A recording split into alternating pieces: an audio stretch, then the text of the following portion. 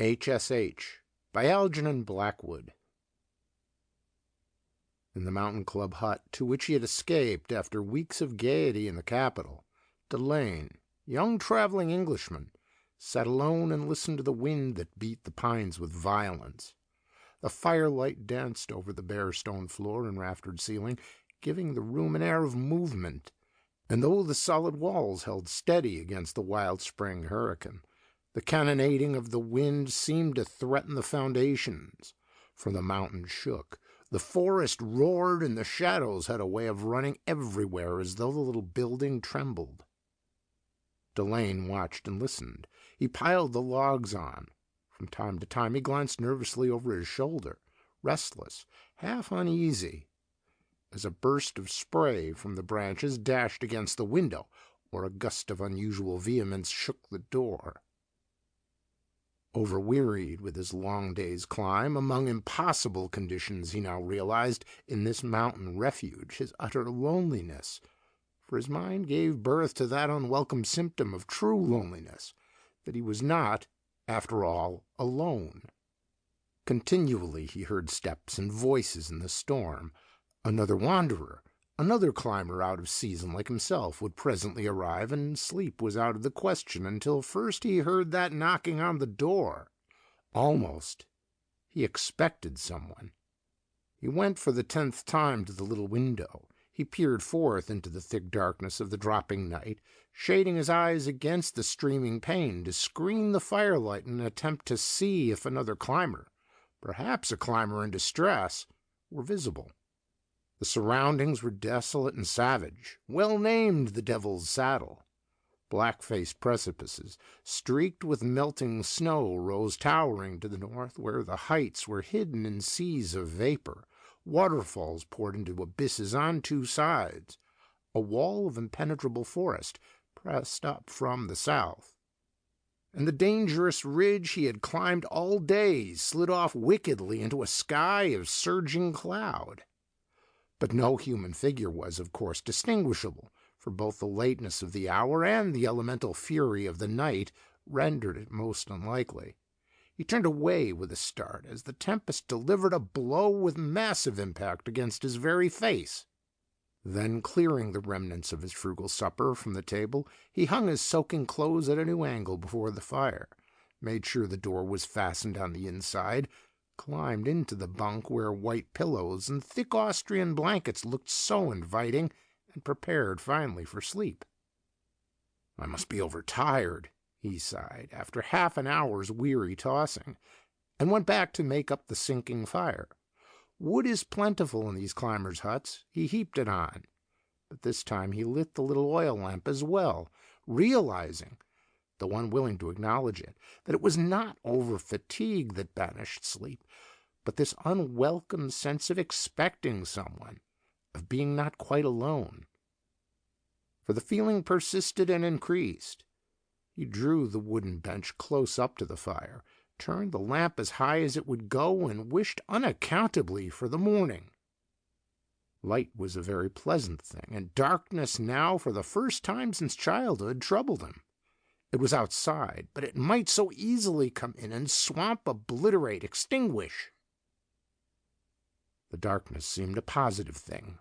Already, somehow, it was established in his mind, this sense of enormous aggressive darkness that veiled an undesirable hint of personality. Some shadow from the peaks or from the forest, immense and threatening, pervaded all his thought. "This can't be entirely nerves," he whispered to himself. "I'm not so tired as all that." And he made the fire roar. He shivered and drew closer to the blaze. "I'm out of condition, that's part of it," he realized, and remembered with loathing the weeks of luxurious indulgence just behind him. For Delane had rather wasted his year of educational travel. Straight from Oxford, and well supplied with money, he had first saturated his mind in the latest continental thought, the science of France, the metaphysics and philosophy of Germany, and had then been caught aside by the gaiety of capitals where the lights are not turned out at midnight by a Sunday school police. He had been surfeited physically, emotionally, and intellectually till his mind and body longed hungrily for simple living again and simple teaching, above all the latter. The road of excess leads to the palace of wisdom, for certain temperaments, as Blake forgot to add, of which Delane was one. For there was stuff in the youth, and the reaction had set in with violent abruptness. His system rebelled. He cut loose energetically from all soft delights, and craved for severity, pure air, solitude, and hardship. Clean and simple conditions he must have, without delay, and the tonic of physical battling. It was too early in the year to climb seriously, for the snow was still dangerous, and the weather wild, but he had chosen this most isolated of all mountain huts, in order to make sure of solitude, and had come without guide or companion for a week's strenuous life in wild surroundings, to take stock of himself with a view to full recovery. And all day long he climbed the desolate, unsafe ridge. His mind, good, wholesome, natural symptom, had reverted to his childhood days, to the solid worldly wisdom of his church-going father, and to the early teaching, oh, how sweet and refreshing in its literal spirit, at his mother's knee. Now, as he watched the blazing logs, it came back to him again with redoubled force. The simple, precious, old-world stories of heaven and hell, of a paternal deity, and of a daring, subtle, personal devil. The interruption to his thoughts came with startling suddenness, as the roaring night descended against the windows with a thundering violence that shook the walls and sucked the flame halfway up the wide stone chimney. The oil lamp flickered and went out. Darkness invaded the room for a second, and Delane sprang from his bench, thinking the wet snow had loosened far above and was about to sweep the hut into the depths. And he was still standing, trembling and uncertain, in the middle of the room, when a deep and sighing hush followed sharp upon the elemental outburst, and in the hush, like a whisper after thunder, he heard a curious steady sound that, at first, he thought must be a footstep by the door. It was then instantly repeated, but it was not a step. It was someone knocking on the heavy oaken panels, a firm, authoritative sound, as though the new arrival had the right to enter and was already impatient at the delay. The Englishman recovered himself instantly, realizing with keen relief the new arrival. At last! "Another climber like myself, of course," he said. "Or perhaps the man who comes to prepare the hut for others. The season has begun." And he went over quickly, without a further qualm, to unbolt the door. "Forgive," he exclaimed in German as he threw it wide. "I was half asleep before the fire. It is a terrible night. Come in to food and shelter, for both are here, and you shall share such supper as I possess." And a tall, cloaked figure passed him swiftly, with a gust of angry wind from the impenetrable blackness of the world beyond. On the threshold, for a second, his outline stood full in the blaze of the firelight, with the sheet of darkness behind it, stately, erect, commanding. His cloak torn fiercely by the wind, but the face hidden by a low-brimmed hat, and an instant later the door shut with resounding clamor upon the hurricane, and the two men turned to confront one another in the little room. Delane then realized two things sharply, both of them fleeting impressions, but acutely vivid. First, that the outside darkness seemed to have entered and established itself between him and the new arrival, and secondly, that the stranger's face was difficult to focus for clear sight, although the covering hat was now removed. There was a blur upon it somewhere, and this the Englishman ascribed partly to the flickering effect of firelight, and partly to the lightning glare of the man's masterful and terrific eyes, which made his own sight waver in some curious fashion as he gazed upon him. These impressions, however, were but momentary and passing, due doubtless to the condition of his nerves and to the semi-shock of the dramatic, even theatrical entrance. Delane's senses, in this wild setting, were guilty of exaggeration. For now, while helping the man remove his cloak, speaking naturally of shelter, food, and the savage weather, he lost his first distortion, and his mind recovered sane proportion. The stranger, after all, though striking, was not of appearance so uncommon as to cause alarm. The light in the low doorway had touched his stature with illusion. He dwindled, and the great eyes, upon calmer subsequent inspection, lost their original fierce lightning. The entering darkness, moreover, was but an effect of the upheaving night behind him as he strode across the threshold. The closed door proved it. And yet, as Delane continued his quieter examination, there remained, he saw, the startling quality which had caused that first magnifying in his mind. His senses, while reporting accurately, insisted upon this arresting and uncommon touch. There was about this late wanderer of the night some evasive, lofty strangeness that set him utterly apart from ordinary men. The Englishman examined him searchingly, surreptitiously, but with a touch of passionate curiosity he could not in the least account for nor explain. There were contradictions of perplexing character about him, for the first presentment had been of splendid youth, while on the face, though vigorous and gloriously handsome, he now discerned the stamp of tremendous age. It was worn and tired. While radiant with strength and health and power, it wore as well this certain signature of deep exhaustion that great experience, rather than physical experience, brings.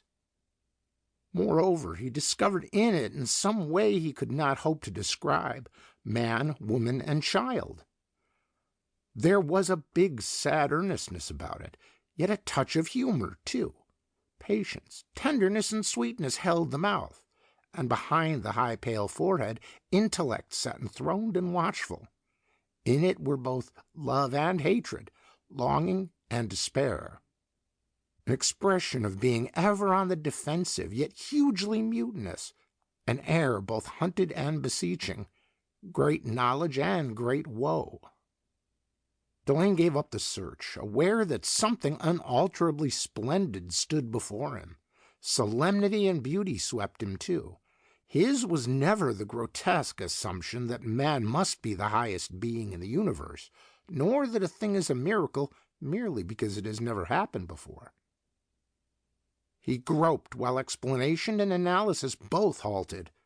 A great teacher, thought fluttered through him, or a mighty rebel.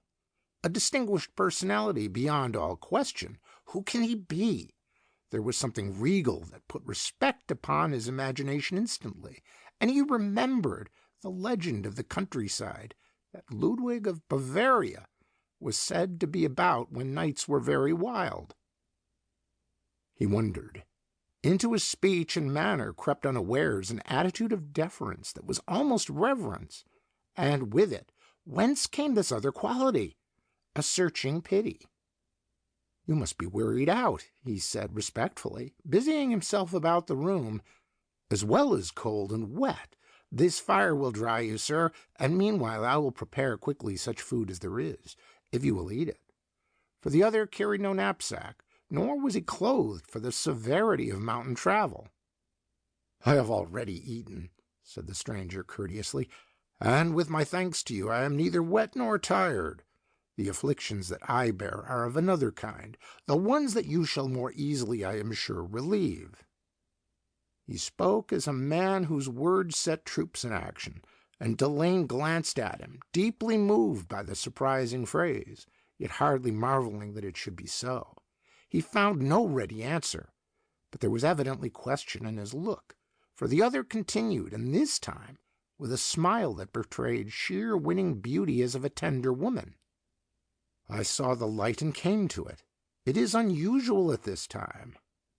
His voice was resonant yet not deep. There was a ringing quality about it that the bare room emphasized. It charmed the young Englishman inexplicably. Also, it woke in him a sense of infinite pathos.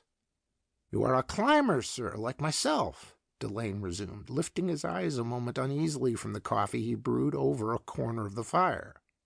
"You know this neighborhood, perhaps, better at any rate than I can know it." His German halted rather. He chose his words with difficulty. There was uncommon trouble in his mind. I know all wild and desolate places, replied the other in perfect English, but with a wintry mournfulness in his voice and eyes, for I feel at home in them, and their stern companionship my nature craves as solace. But unlike yourself, I am no climber. The heights have no attraction for you? Asked Delane, as he mingled steaming milk and coffee in the wooden bowl, marveling what brought him then so high above the valleys. It is their difficulty and danger that fascinate me always. I find the loneliness of the summits intoxicating in a sense. And regardless of refusal, he set the bread and meat before him, the apple and the tiny packet of salt, then turned away to place the coffee pot beside the fire again. But as he did so, a singular gesture of the other caught his eyes. Before touching bowl or plate, the stranger took the fruit and brushed his lips with it. He kissed it, then set it on the ground and crushed it into pulp beneath his heel. And seeing this, the young Englishman knew something dreadfully arrested in his mind, for as he looked away, pretending the act was unobserved, a thing of ice and darkness moved past him through the room, so that the pot trembled in his hand, rattling sharply against the hearthstone where he stooped. He could only interpret it as an act of madness, and the myth of the sad drowned monarch wandering through this enchanted region pressed into him again, unsought and urgent. It was a full minute before he had control of his heart and hand again. The bowl was half emptied, and the man was smiling, this time the smile of a child who implores the comfort of enveloping and understanding arms. I am a wanderer rather than a climber, he was saying, as though there had been no interval. For though the lonely summits suit me well, I now find in them only terror. My feet lose their sureness, and my head its steady balance. I prefer the hidden gorges of these mountains, and the shadows of the covering forests. My days, his voice drew the loneliness of uttermost space into its piteous accents, are past in darkness. I can never climb again. He spoke this time, indeed, as a man whose nerve was gone forever. It was pitiable almost to tears, and Delane, unable to explain the amazing contradictions, felt recklessly, furiously drawn to this trapped wanderer with the mien of a king, yet the air and speech sometimes of a woman, and sometimes of an outcast child. Ah, then you have known accidents, Delane replied with outer calmness as he lit his pipe, trying in vain to keep his hand as steady as his voice. You have been in one, perhaps. The effect, I've been told, is... The power and sweetness in that resonant voice took his breath away as he heard it break in upon his own uncertain accents. I have fallen, the stranger replied impressively, as the rain and wind wailed past the building mournfully. Yet a fall that was no part of any accident, for it was no common fall. The man added, with a magnificent gesture of disdain, while yet it broke my heart in two. He stooped a little as he uttered the next words with a crying pathos that an outcast woman might have used. I am, he said, engulfed in intolerable loneliness. I can never climb again. With a shiver impossible to control, half of terror, half of pity, Delane moved a step nearer to the marvelous stranger. The spirit of Ludwig, exiled and distraught, had gripped his soul with a weakening terror, but now sheer beauty lifted him above all personal shrinking. There seemed some echo of lost divinity, worn, wild, yet grandiose, through which this significant language strained towards a personal message for himself. In loneliness? He faltered, sympathy rising in a flood. For my kingdom that is lost to me forever, met him in deep throbbing tones that set the air on fire. For my imperial ancient heights the jealousy took from me. The stranger paused with an indescribable air of broken dignity and pain. Outside, the tempest paused a moment before the awful elemental crash that followed. A bellowing of many winds descended like artillery upon the world. A burst of smoke rushed from the fireplace about them both, shrouding the stranger momentarily in a flying veil. And Delane stood up, uncomfortable in his very bones. What can it be? He asked himself sharply. Who is this being that he should use such language? He watched alarm chase pity, aware that the conversation held something beyond experience. But the pity returned in greater and ever greater flood, and love surged through him too. It was significant, he remembered afterwards, that he felt it incumbent upon himself to stand. Curious, too, how the thought of that mad, drowned monarch haunted memory with such persistence. Some vast emotion that he could not name drove out his subsequent words. The smoke had cleared, and a strange high stillness held the world. The rain streamed down in torrents, isolating these two somehow from the haunts of men, and the Englishman stared then into a countenance grown mighty with woe and loneliness. There stood darkly in it this incommunicable magnificence of pain that mingled awe with the pity he had felt. The kingly eyes looked clear into his own, completing his subjugation out of time. "I would follow you," ran his thought upon its knees.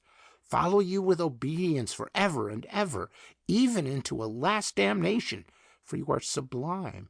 You shall come again into your kingdom, if my own small worship—" Then blackness sponged the reckless thought away. He spoke in its place a more guarded, careful thing. "I am aware," he faltered, yet conscious that he bowed, "of standing before a great one of some world unknown to me. Who he may be, I have but the privilege of wondering. He has spoken darkly of a kingdom that is lost, yet he is still, I see, a monarch." And he lowered his head and shoulders involuntarily. For an instant, then, as he said it, the eyes before him flashed their original terrific lightnings. The darkness of the common world faded before the entrance of an outer darkness. From gulfs of terror at his feet rose shadows out of the night of time, and a passionate anguish, as of sudden madness, seized his heart and shook it. He listened breathlessly for the words that followed. It seemed some wind of unutterable despair passed in the breath from those non-human lips. "I am still a monarch, yes, but my kingdom is taken from me, for I have no single subject.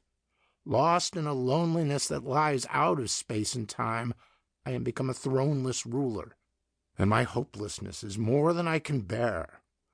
The beseeching pathos of the voice tore him in two. The deity himself, it seemed, stood there, accused of jealousy, of sin and cruelty. The stranger rose. The power about him brought the picture of a planet, throned in mid-heaven and poised beyond assault. "Not otherwise," boomed the startling words, as though an avalanche found syllables, "could I now show myself to you." Delane was trembling horribly. He felt the next word slip off his tongue unconsciously. The shattering truth had dawned upon his soul at last. "Then the light you saw and came to," he whispered.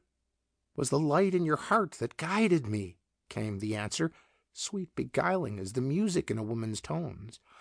"The light of your instant brief desire that held love in it." He made an opening movement with his arms as he continued, smiling like stars in summer. "For you summoned me by your dear and precious belief. How dear, how precious, none can know but I who stand before you." His figure drew up with an imperial air of proud dominion.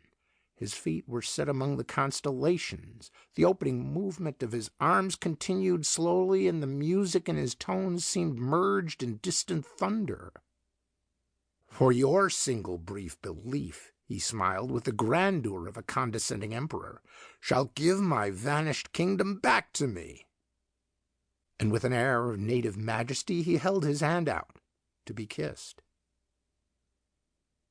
The black hurricane of night, the terror of frozen peaks, the yawning horror of the great abyss outside, all three crowded into the Englishman's mind with a slashing impact that blocked delivery of any word or action.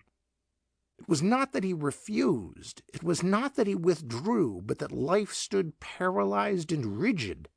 The flow stopped dead for the first time since he had left his mother's womb. The God in him was turned to stone and rendered ineffective. For an appalling instant, God was not. He realized the stupendous moment. Before him, drinking his little soul out merely by his presence, stood one whose habit of mind, not alone his external accidents, was imperial with black prerogative before the first man drew the breath of life. August procedure was native to his inner process of existence. The stars and confines of the universe owned his sway before he fell, to trifle away the dreary little centuries by haunting the minds of feeble men and women, by hiding himself in nursery cupboards, and by grinning with stained gargoyles from the roofs of city churches. And the lad's life stammered, flickered, threatened to go out before the enveloping terror of the revelation. "I call to you, but call to you in play," thought whispered somewhere deep below the level of any speech, yet not so low that the audacious sound of it did not crash above the elements outside. "For, till now, you have been to me but a coated bogey, that my brain disowned with laughter, and my heart thought picturesque. If you are here, alive, may God forgive me for my—" It seemed as though tears, the tears of love and profound commiseration, drowned the very seed of thought itself. A sound stopped him that was like a collapse in heaven. Some crashing, as of a ruined world, passed splintering through his little timid heart. He did not yield, but he understood, with an understanding which seemed the delicate first sign of yielding, the seductiveness of evil, the sweet delight of surrendering the will with utter recklessness to those swelling forces which disintegrate the heroic soul in man. He remembered. It was true. In the reaction from excess, he had definitely called upon his childhood's teaching with a passing moment of genuine belief. And now that yearning of a fraction of a second bore its awful fruit. The luscious capitals where he had rioted passed in a colored stream before his eyes. The wine, the women, and the song stood there before him, clothed in that power which lies insinuatingly disguised behind their little passing show of innocence. Their glamour donned this domino of regal and virile grandeur. He felt entangled beyond recovery. The idea of God seemed sterile and without reality. The one real thing, the one desirable thing, the one possible, strong, and beautiful thing, was to bend his head and kiss those imperial fingers. He moved noiselessly towards the hand. He raised his own to take it and lift it toward his mouth, when there arose in his mind with startling vividness a small, soft picture of a child's nursery, a picture of a little boy, kneeling in scanty nightgown with pink upturned soles, and asking ridiculous, audacious things of a shining figure seated on a summer cloud above the kitchen garden walnut tree. The tiny symbol flashed and went its way, yet not before it had lit the entire world with glory, for there came an absolute rooting power with it.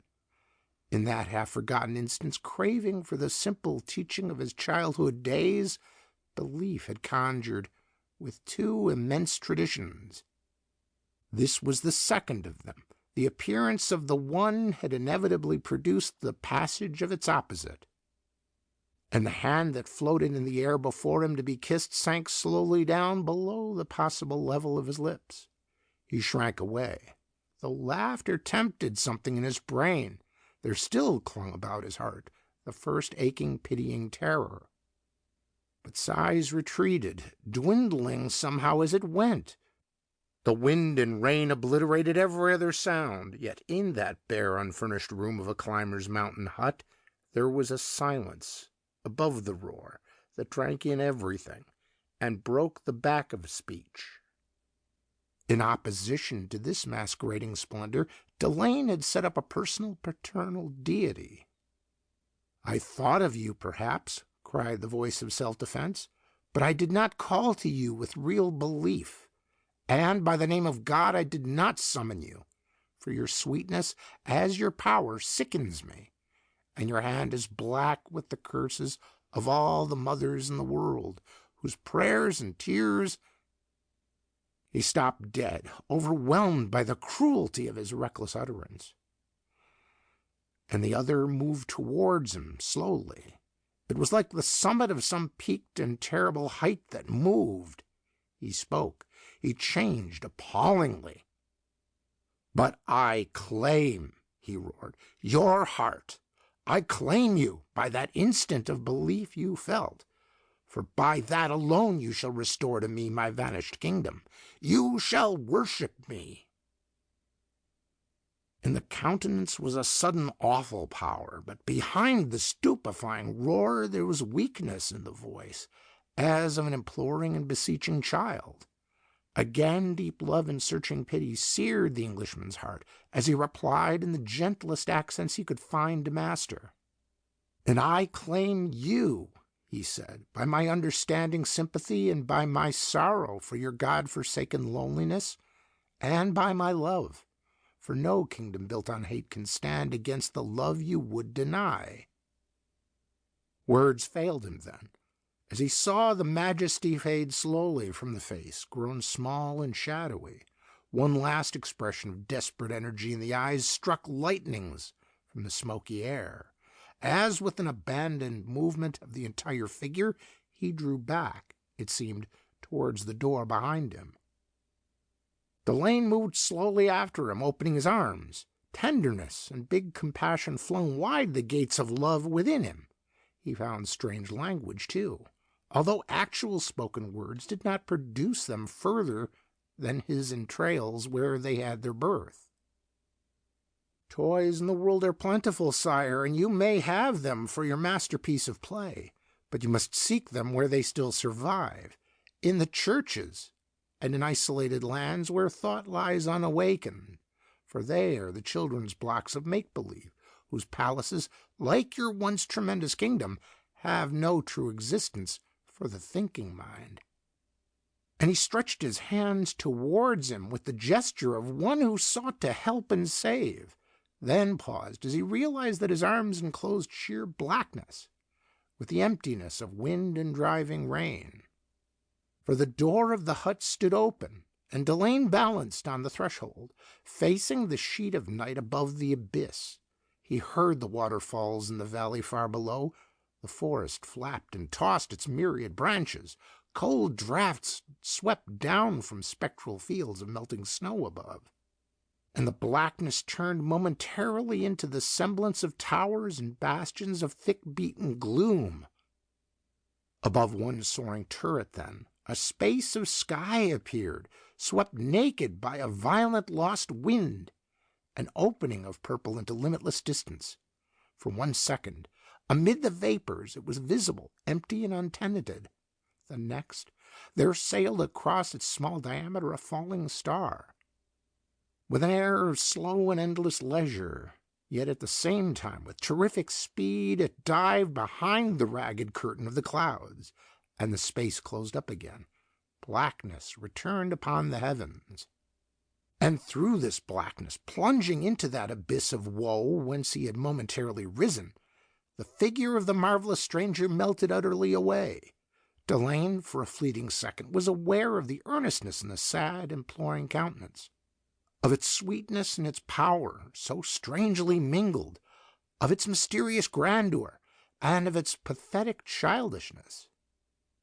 But already it was sunk into interminable distance. A star that would be baleful, yet was merely glorious, passed on its endless wandering among the teeming systems of the universe.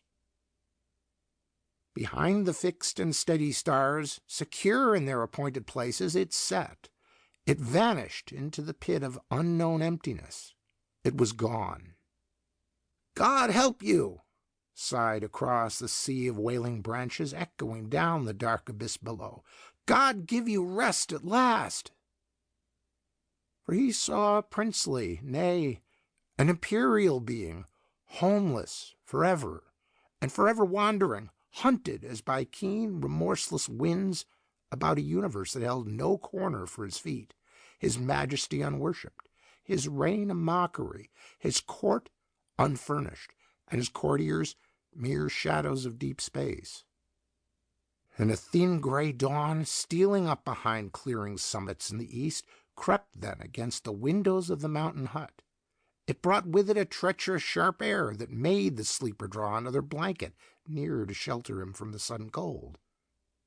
For the fire had died out, and an icy draught sucked steadily beneath the doorway.